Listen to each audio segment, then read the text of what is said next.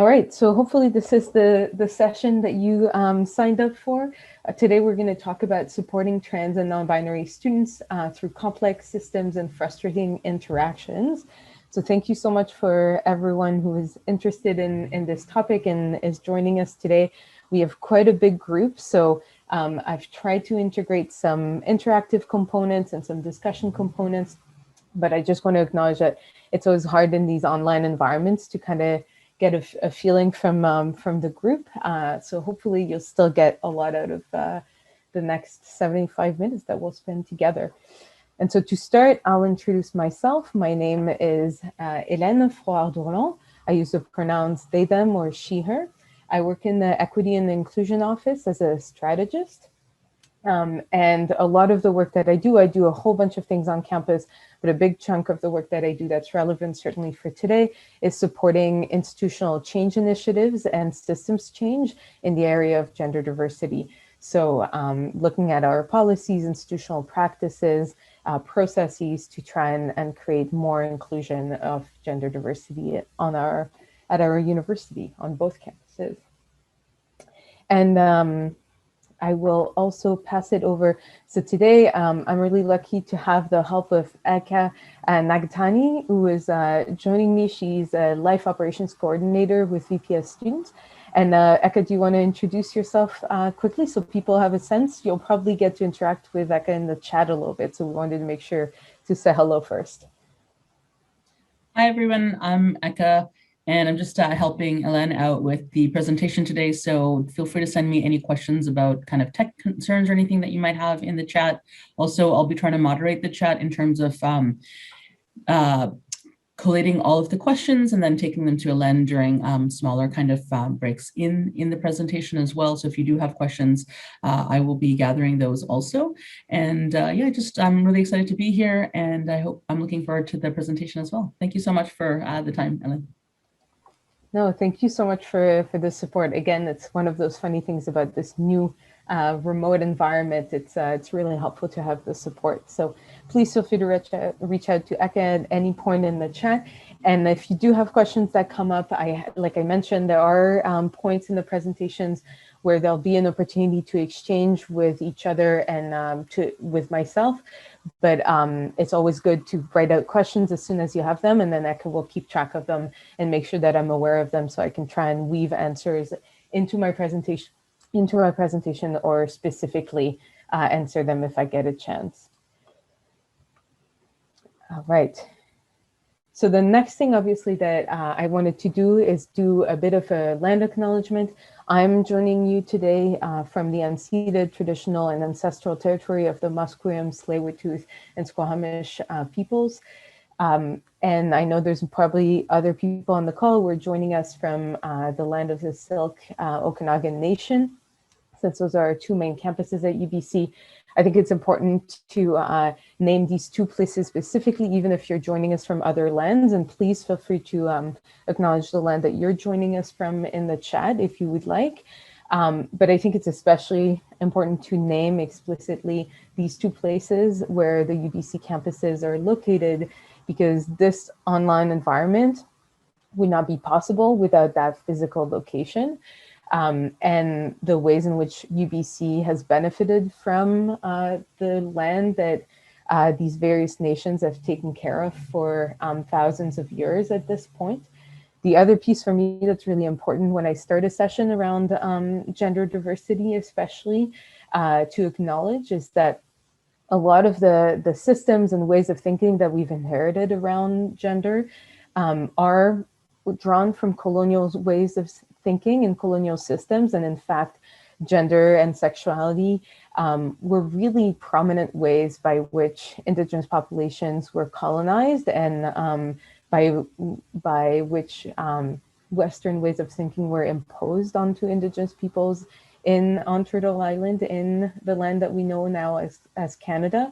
And so for me, the project of undoing some of these ways of thinking, some of these systems that are very binary and think about gender in very specific ways, is part of the broader work of both decolonization and reconciliation. Obviously, that's not all that there is to that work. There is a lot more to be done that has nothing to do with the topic that we're tackling tackling today, but I do see these projects are as profoundly interconnected for myself. So I wanted to start with that acknowledgement. So quickly, the goals of the session today. So I'm hoping that I can help everyone here learn a bit more about the experiences of navigating students for trans and non-binary students at UBC.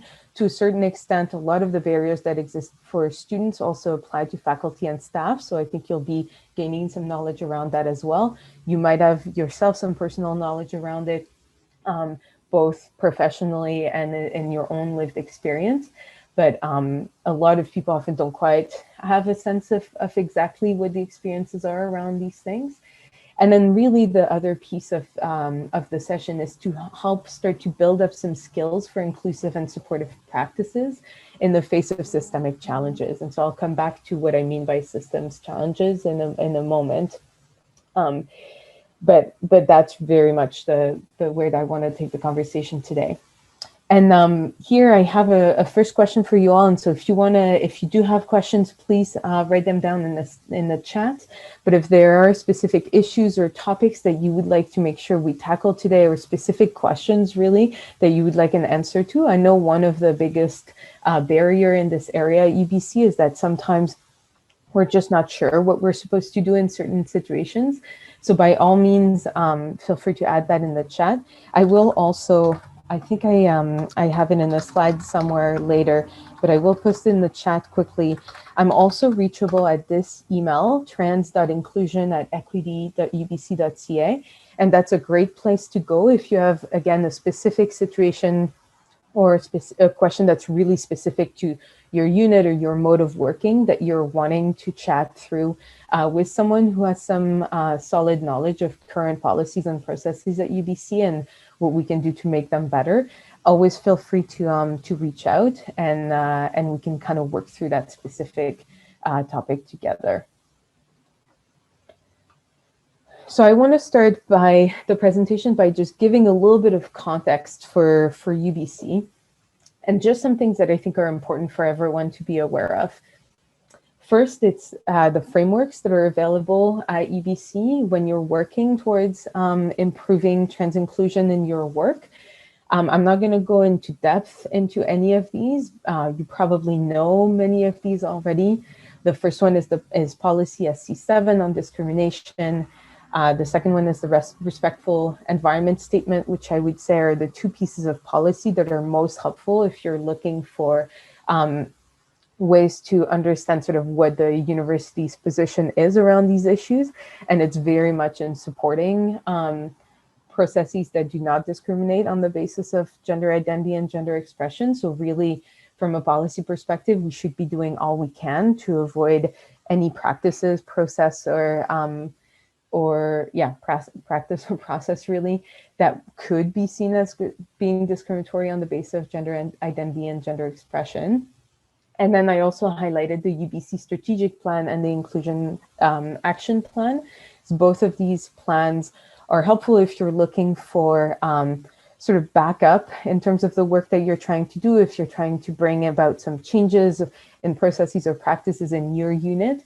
There's a lot in both of these plans that can help you sort of ground that change in some active efforts that the university is taking to improve the experiences of students, staff, and faculty in the area of gender diversity, the UBC Inclusion Action Plan in particular, but even the UBC Strategic Plan names, for example, inclusion explicitly as a goal. And so it's always sort of a good framework to use if you need to. The other things that I wanted to highlight, so here you go, here's the email that I meant to add. So some of the resources that are available to you on campus around these issues, the Equity and Inclusion Office, obviously. So I put the email that I mentioned just earlier, trans.inclusion@equity.ubc.ca, which is a good one to reach out if you have very specific topics or practices that you're trying to work through. Otherwise, we also have our Human Rights Advising team that is a great resource for both of our campuses. There's a Human Rights Advisor on each UBC Vancouver and UBC Okanagan. So if experiencing discriminatory practices, or a student that you're supporting is struggling with something related to gender diversity, gender expression, the human rights advisors are also a great resource. We also have a few educational resources that are really helpful. And so here I've linked to a few specific resources. You should have received ahead of time a copy of the slides, and so the links should be clickable on that PDF. But there's a gender diversity FAQ that's hosted on our equity and inclusion website, including a video around non-binary identities. There's a great work that's been done by colleagues around career navigation, specifically for students who identify as trans, non-binary, gender diverse. There's actually a whole set of career navigation guides also for racialized students, for example. So that's a fantastic resource if you're trying to support students who belong to marginalized communities in general. And then the last resource that I highlight here is a student guide that was actually put together by 2 students over the course of last summer with input from a whole bunch of students across campus from trans and non-binary communities.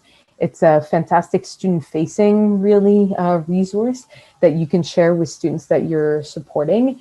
It's not an official UBC resource by any means, so the tone is a bit different maybe from what we would expect from the university, but I think it's a really incredible resource to share with students. I know I've shared it with some prospective and current students, and it gives them a really good and I think frank sense of sort of where our campus is at right now, in addition to sort of highlighting the efforts that are ongoing. So now switching into sort of the meat of the presentation, so to speak. So one of the things that I was really excited about doing when I did this presentation last year and when I was asked to do this presentation again was really to focus on systemic barriers. There's a lot to talk about when it comes to gender diversity on our campus, but the topic that a lot of my work focuses on, and I think that is really important to think through, is what I would call systemic barriers. So what I mean by that is behaviors, policies, or institutional practices that are part of our administrative structures, systems, or physical spaces at UBC. And their structure, systems, and spaces that maintain inequalities, disadvantages, or oppression. What's important about these barriers is that they often have an impact on people regardless of individual good intentions, right? So for example, like a very straightforward example, which we'll come back to, is if you don't have a way to record someone's pronouns, right, on a form, it doesn't matter if you have the right intention to use someone's correct pronouns. The process or the practice in this case, the form, is really putting up a barrier that makes it more difficult for you to follow through on that good intention. And so that's precisely where I want to start our conversation. And so we're going to send you into some small breakout rooms, and you'll have about 15 minutes to talk about in your experience, what are some systemic barriers that exist for trans and non-binary students, faculty, and staff at UBC. And you'll see here, there's a link. Thank you so much, Eka, for putting that in the chat. If you want to go to that Padlet link, and as you discuss with your breakout group, add some examples that you're coming up with. I'm really hoping that we can generate some really good wisdom within the group of what is the current terrain at UBC when it comes to systemic barriers in the area of gender diversity. Thanks everyone for the conversation. I've left up the Padlet there because I was watching it come in, and it's fantastic. I think we've covered a lot of ground with this conversation, so I'm hoping you enjoyed the time to talk to some colleagues and compare some experiences. I feel like it's one of those topics where actually there is quite a bit of knowledge that's distributed across our campus, but we don't often get to come together and talk through these different situations. Oh, I'm just noticing, I don't know if I'm sharing my screen, but let me do that. There we go. Actually, I'm going to stay on the Padlet. Let's see. There we go. All right.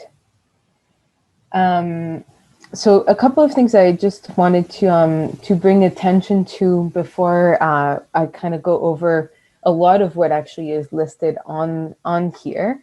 And again, thank you for all the amazing knowledge that's up here. And it's actually always good for me to kind of see what people are noticing.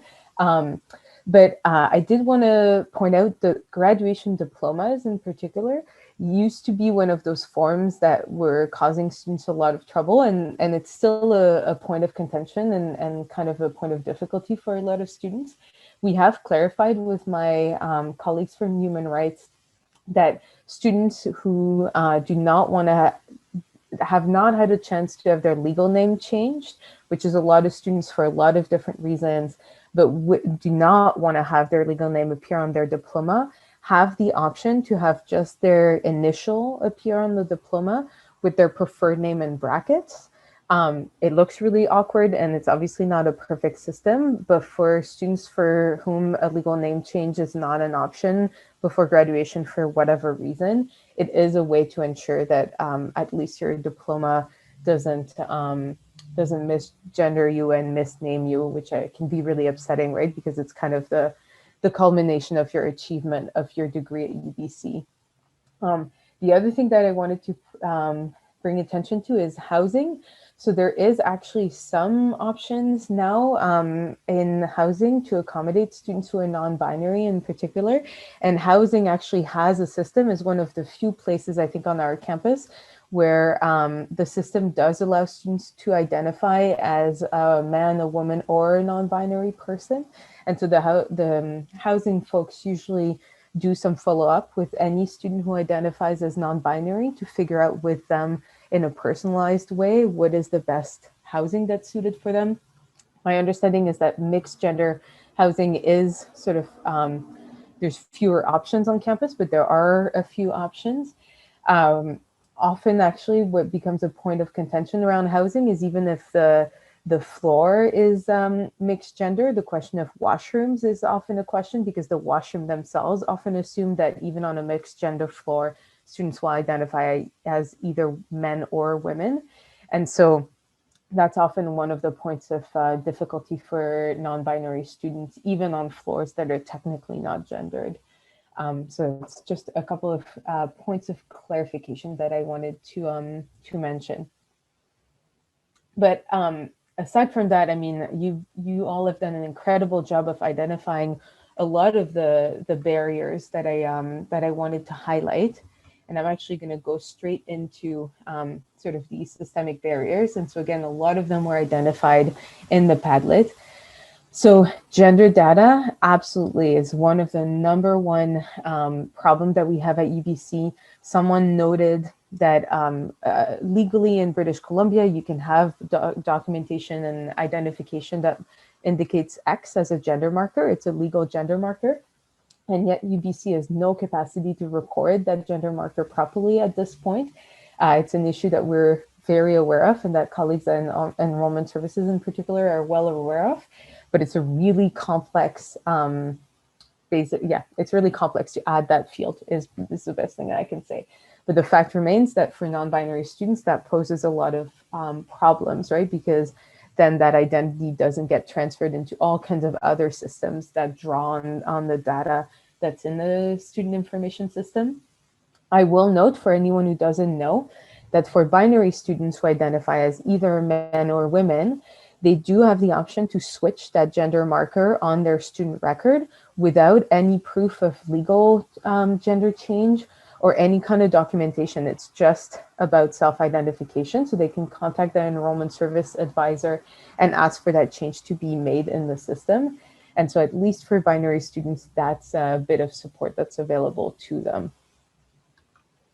The next key barrier, and again, this is something that folks identified really clearly in the document, is around names. And so this is the topic that we're going to focus on or delve into today. So I'm not going to delve too much into it right now, but for sure, the inconsistency of chosen names in interactions and systems is one of the primary ways in which students encounter difficulty at UBC, I would say.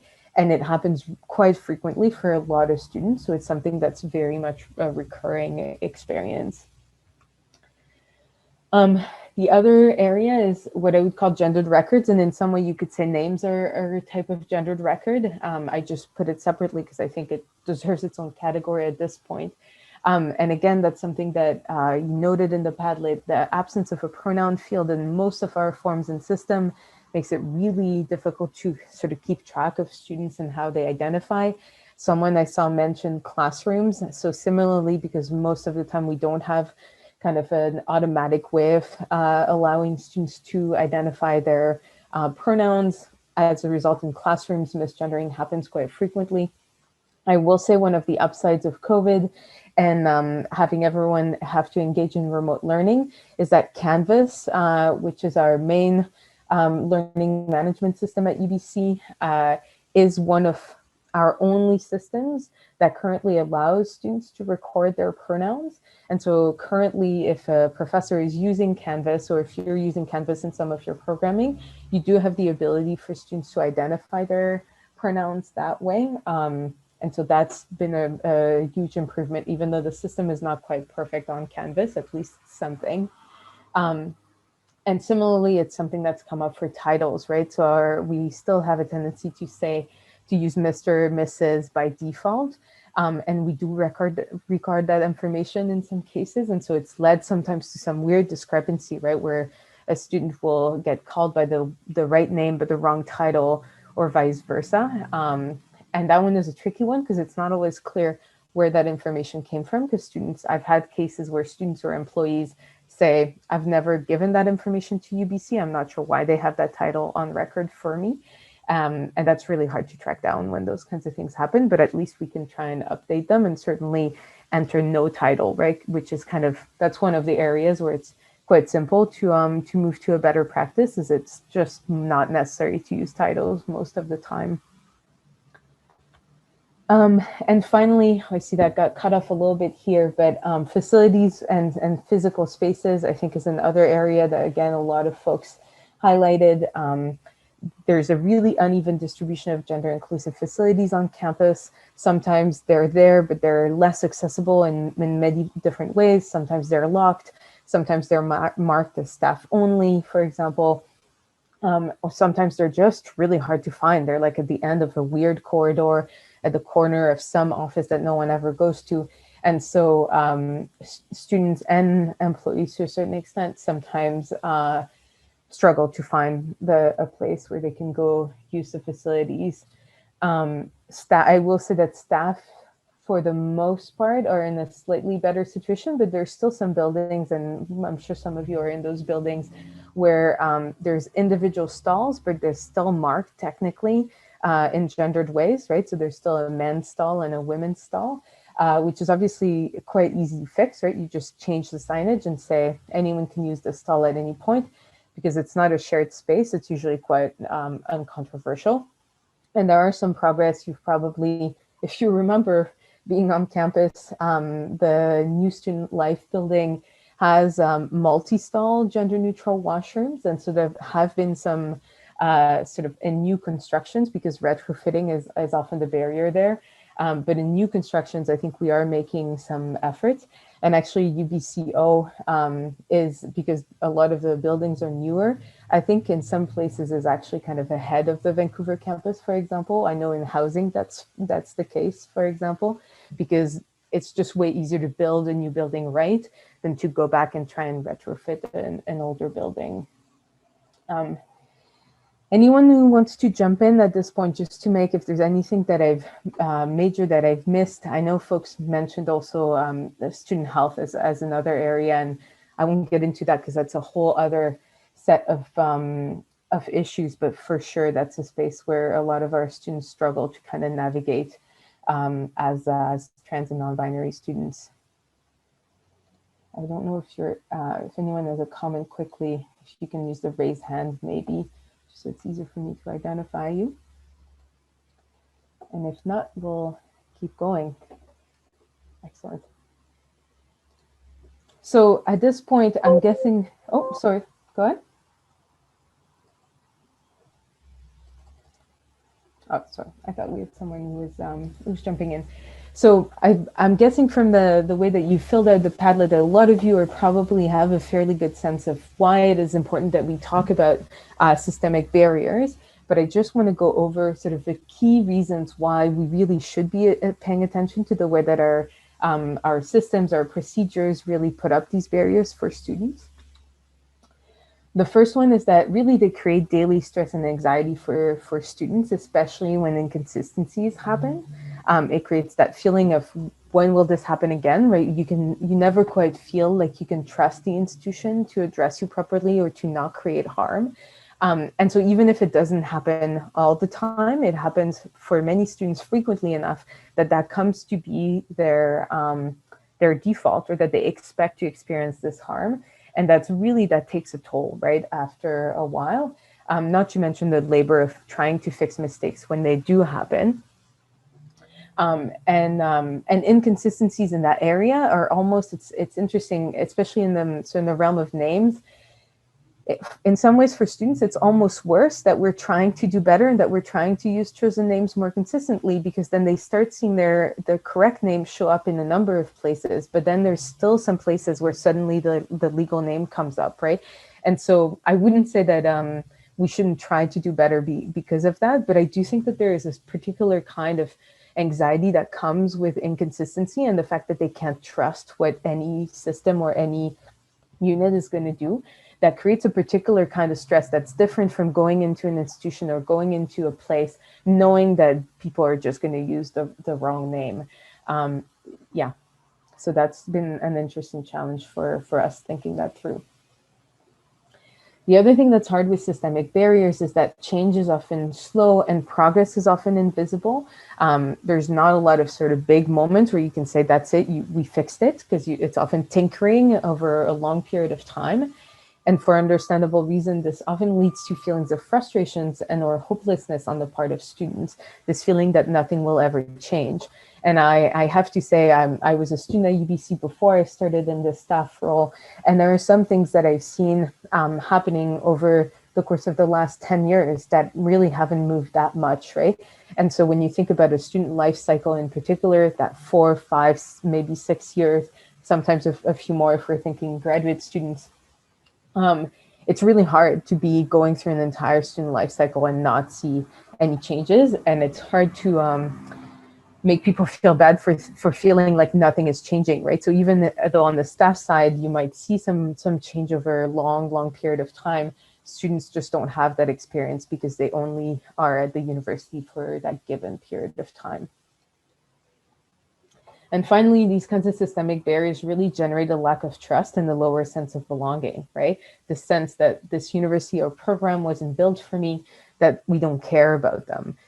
And that's where it gets really hard, especially if you're a student-facing staff, right? And a lot of your role is around supporting students and providing that support and that help, and you do care, because it's this tension that exists where you want to express care, you want to show that you do care for the student and you do care for their experience, but the systems are really not backing you up, essentially. And that can be really frustrating experience as a staff person.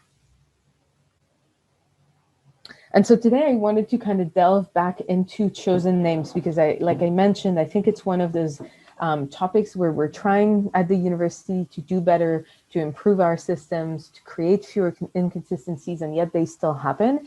And some of it happens because our systems haven't caught up, and some of it happens because our practices haven't caught up with our systems, or people just don't have enough information to engage in the best practices. And so part of my goal today was to just get everyone on the same page, essentially. So I'll go pretty quickly over this section because I think most of you are probably have a pretty good understanding of this.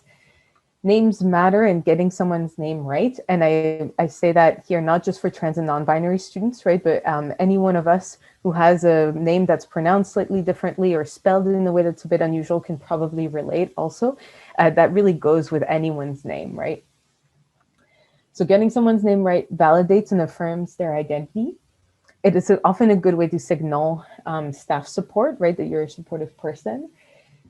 We know specifically for trans and non-binary people that it improves mental health outcome to have their name used consistently.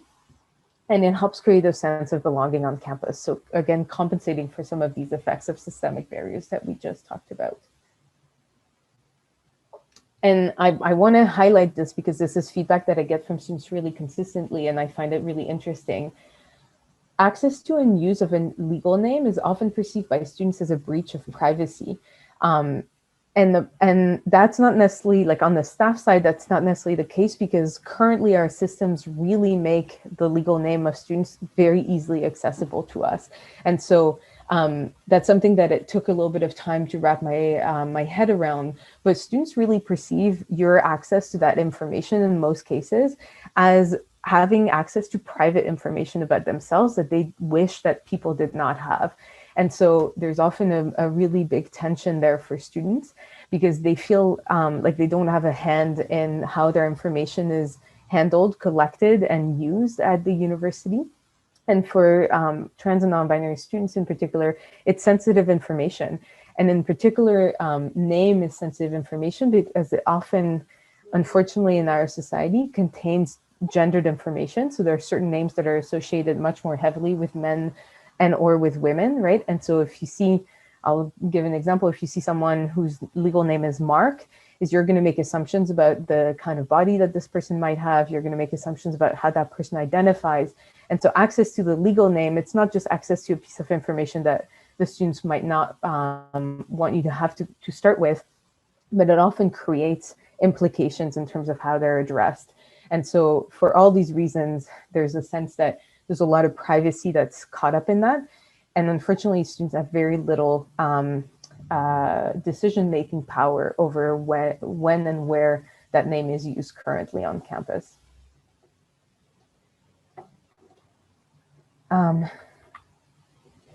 So I wanted to go back to why incorrect use of legal name happens currently at UBC. And so there's kind of a few key reasons really that we see. The first one, and I would say that's probably the main problem that we're dealing with right now, is that not all software have the ability to display chosen name. And I say chosen name, a lot of you probably know chosen name under the expression preferred name. That's how most of our systems actually call that field. I always find the idea of a preference a bit surprising, especially when we're talking about trans and non-binary students, because for a lot of them, that's not their preferred name, it's just their name, right? And so most of the time try to say name if it's the name that someone uses. But when there is the usefulness of making that distinction, I'll usually distinguish between legal name, which is the name that appears on legal papers, and then chosen name, which is the name that they've chosen that they use for themselves. But it's often not a preference, right? It's often a very deep part of their identity. Anyway, I just realized that I should have mentioned that earlier. The other problem that we have on the software side currently at UBC is that some of our software and the student information system here comes to mind displays both the chosen and the legal name, which often creates legitimate confusion for staff, especially because for good reason, but I can also see how that created confusion. We recently switched which of the name appears in brackets. So now when you look up a student in the SIS in particular, you'll see their chosen name come first. That's the name by which they go. And then their legal name still appears in brackets right afterwards. It used to be that the chosen name was in brackets, which I think kind of indicated that it was secondary, right? Which is why we shifted it. And now the first name that comes up is kind of the name that the student uses, but it still sometimes creates confusion, especially if you don't know the student. If you're looking at the student and you're making assumptions about how they might identify based on their appearance, for example. And so we've had situations where just having access to both names just helps create that, that lack of using the right name. Sometimes so that's what I was getting at, sometimes we use the legal name because we make an assumption based on a student's appearance or voice if we're on the phone, and we just assume that one of the two names matches that, and so we just use that name sort of without thinking, but that's not always correct. Sometimes our conventions around naming and politeness get in the way. So for example, for a student who goes by Sam, we might use the full name Samantha because we just assume that if it's a formal environment, a formal communication, for example, that we're sending, that the students might prefer that. But that's not always the case, obviously. And then there are some cases where we just assume that it's best to use the legal name by default, because I think there are still areas where there's some confusion about what it's appropriate to use when. And so there is often this common assumption that in doubt, default to the legal name. And I think for me, as a staff member who works on these kinds of questions day in, day out, that's the number one assumption I wish I could shift on campus. If by default, everyone used preferred names and only used the legal name when they're 100% sure that the legal name is absolutely necessary to use in that instance, that would change my life, certainly, but it would change a lot of the experiences that our students have. Because I think that assumption of going to the legal name unless you've been told otherwise is often what creates instances of misnaming. And so that's exactly what I wanted to highlight here, which is that at UBC, really the goal is to move towards the use of legal names only in the very few instances when it is required. And so a few examples of that are immigration documents, health benefits often, and tax forms, right? And so you'll notice that these are almost always instances where UBC has a duty or has to communicate the information about this out to another institution. So it's to avoid, obviously, confusion between, for example, like Immigration Canada and UBC, because that would have very important implications for the student. It's still worth noting, right, when that is necessary so that the student understands what information is being used and why. But the other thing is that even if you're treating or working with some of these documents, it's important to remember that while the document might carry the legal name because it has to, that you should never ever use that name then in interactions with the students, right? So when you're sending even an email out to the student to attach a form that may have a legal name, that email should still come in the student's chosen name, because there is no legal obligation in that moment, right? In that interaction moment. And often students understand, right? Trans and non-binary students are not stupid. They know that unfortunately their legal name carries weight and has to be used in certain instances. And so they're not going to question that, right? What they will question is the fact that they're being addressed in a name that they don't identify with in moments where there wasn't a need for that. And so I think those are some of the more tricky interactions, trying to balance the need for a document to carry a legal name and then still having a separate interaction with the student. But it's worth underlining that it means a lot when students hear from staff that they make a distinction between where the legal name is required and the interactions that they still have with that staff member.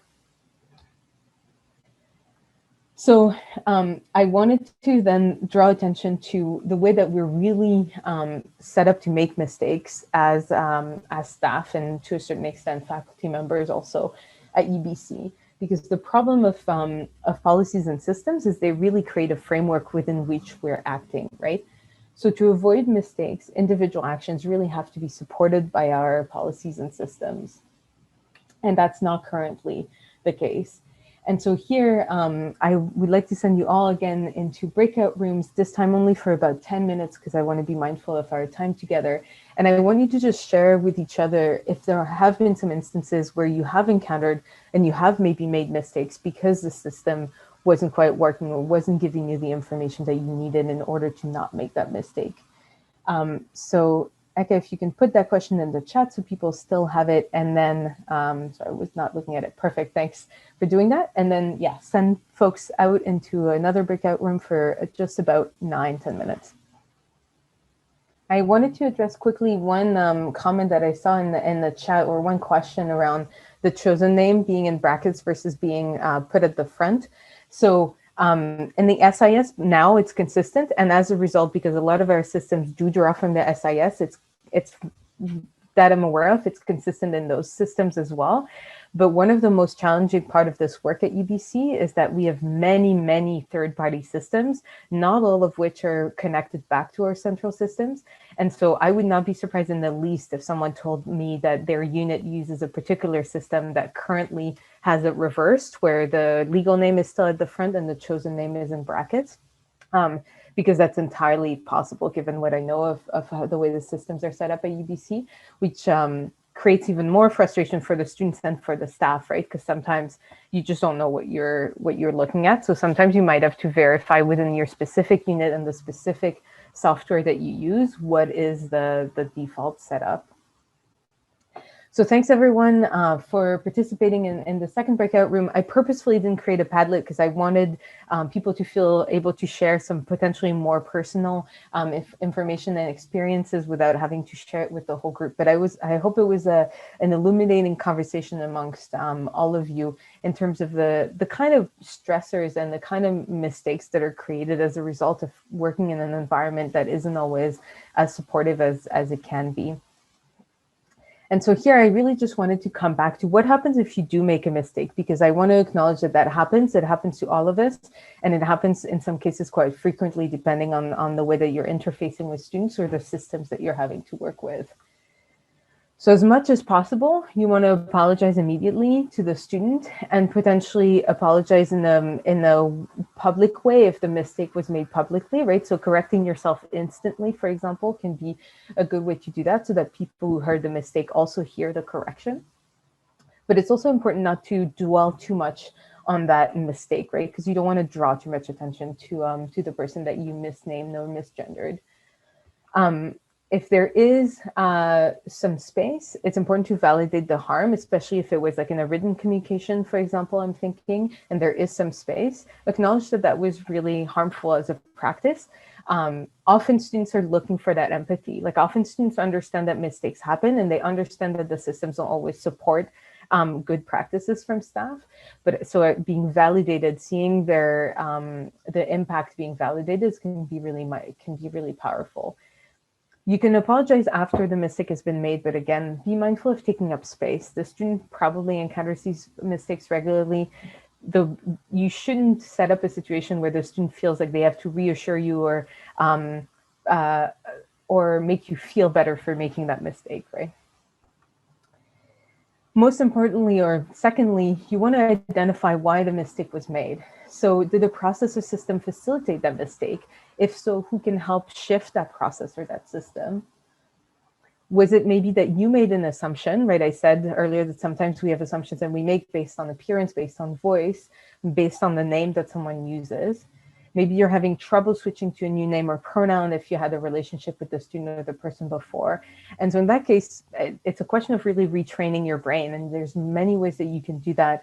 But one of those is to start using gender neutral language by default, even for people that you're pretty sure identify in the way that you would identify them.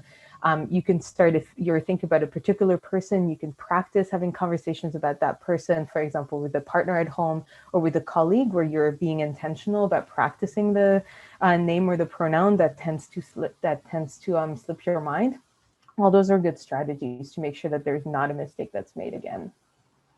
And most importantly, and that's part of where the practice comes in is commit to change, right? So students, especially if you're going to encounter them multiple times, are often understanding the first time that you make a mistake. If it's a mistake that they encounter every time that they come to you or every time that they come to your unit, after a couple of times, after a few times, they're gonna lose that trust by default, right?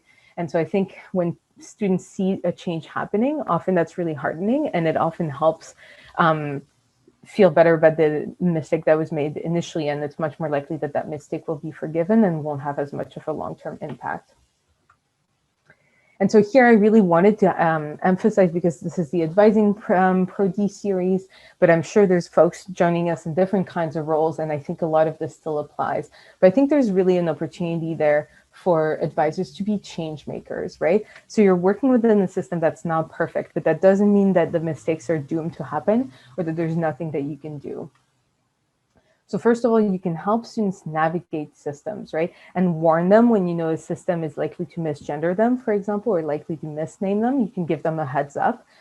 That often really lessens the impact of them having that experience. You can affirm that not only their identity, but the fact that this shouldn't be happening, right? That this is a problem, and build some resilience at the same time in the students. You can identify institutional resources and sources of peer supports, both for the student and for yourself in some cases, right? So again, if you're having a particular situation, probably the best person to talk this through is not the student themselves, obviously. It's to find who at the institution can help me out. And so that's why I shared the email earlier, because I think that's a good place to start. And if it's not me, I can redirect you towards someone who can. The other piece is building capacity among colleagues. So again, inconsistencies often happen either because the system trips us up or because we don't always have awareness spread across the unit evenly. So working with your colleagues before a situation comes up, or if needed after a situation comes up, but to really build some capacity and understanding and awareness around this topic can go a long way. And then advocating for change on behalf of students is the biggest thing. So I was talking about the different kinds of systems that we have at UBC. UBC is a giant institution, and the way that our systems have been set up, there's many, many different branches and arms to the different systems and processes that we use. So it's very hard for people centrally to know exactly what's happening in every unit, every faculty, every part of the university. So part of the work that you can do is to advocate in your particular corner of the university for change and potentially draw on some of these central resources to help you out with that, right? But that's probably the best way that we'll get to change, is not just having sort of a top-down approach, but really also a grassroots approach where staff individually are making change in their areas. So I know we're running low on time, so I wanted to end on really some key takeaways. Individual actions have to be supported by policies and systems, but again, there are ways to support students and create positive change. And I've heard horror stories from throughout the university, and I've also seen how much of a difference it can make for students when they do encounter people who are interested in advocating and willing to push to change the process to fit the student instead of the other way around. When you or students that you're supporting encounter a barrier or make a mistake, identify the problem and work towards possible solutions. I can't emphasize that enough. It's really important to be aware when you make mistakes and apologize in a good way, but the thing that's going to make the most impact is what happens after. And again, educating yourself and your colleagues ahead of time to be better prepared to support students and be a change maker is a really good way that you can avoid being caught off guard and accidentally saying something or making a mistake that you wish you didn't have. It's very hard for all of us, right, to be presented with an unknown situation and react in exactly the right way in that moment. I think we have to have some compassion and patience with ourselves. Mistakes happen. And so to the extent that you can educate and practice ahead of time, particular scenarios, particular situations, look at your systems and your forms ahead of time, the less likely you are to be caught off guard. And so just to wrap up in our last couple of minutes together, I want you to think about supporting trans and non-binary students and the opportunities for change or growth that you see specifically in your unit or in your area, right? And so here I have another Padlet for you, because I find that even for myself, it's better, I can commit to change a bit better if I'm writing things down. So there's a link here that you can use, and we'll put it in the chat quickly, to go and write down 1 or 2 actions that you can take, either individually or within your team, in order to create that change. And let me see if I can find that second Padlet, or do you have it, Edgar? You good? I'm just trying. A screen disappeared, so I should get it up there shortly. No worries. This is always the bonus with technology. Let's see. And then the other question that goes with that is, how will you take this action? So once you've identified that action, how are you actually going to put it into place? Whose help will you need? How can you actually make it happen? So I have the Padlet link here. So there you go. And so take some time, and that's really sort of what I want to end on, is just try and identify a concrete step. It doesn't have to be big. It doesn't have to be changing the whole system, but it just has to be something that feels manageable that you can do in the next week or month that will contribute, right, to that sort of wave of change that we can see at our university. So I'm going to go over and see. There you go. And so I'm just going to leave it there for now, or let you sort of start filling that out. And while you do that, I'm just going to put up this page here with some on-campus resources. So reminding you of some of the resources that are available on campus in this area and in areas that are related to it that might be really important to students. Again, I sent out the slides ahead of time, partly so folks would have those resources available after the session. So don't hesitate to go back to that PDF and look at those resources, and don't hesitate to reach out as well, like I said at the beginning, to me directly or to the Equity and Inclusion Office more generally, if you're looking for support or you have specific questions in terms of the work that you do. So that's it for me for today. I know that we're right on time, and often there's another Zoom meeting coming right after the first Zoom meeting. So feel free to pop off if you need to. Feel free to continue populating the Padlet. I think it's great to see what people are interested in and committing to doing. And then if you have any questions, I'll stick around for the next little while to answer them as well. So yeah, thank you so much again for joining us today. Really appreciated the engagement, even in this online format that doesn't always facilitate that. So thanks to everyone, and I hope you have a great rest of your day and a wonderful weekend.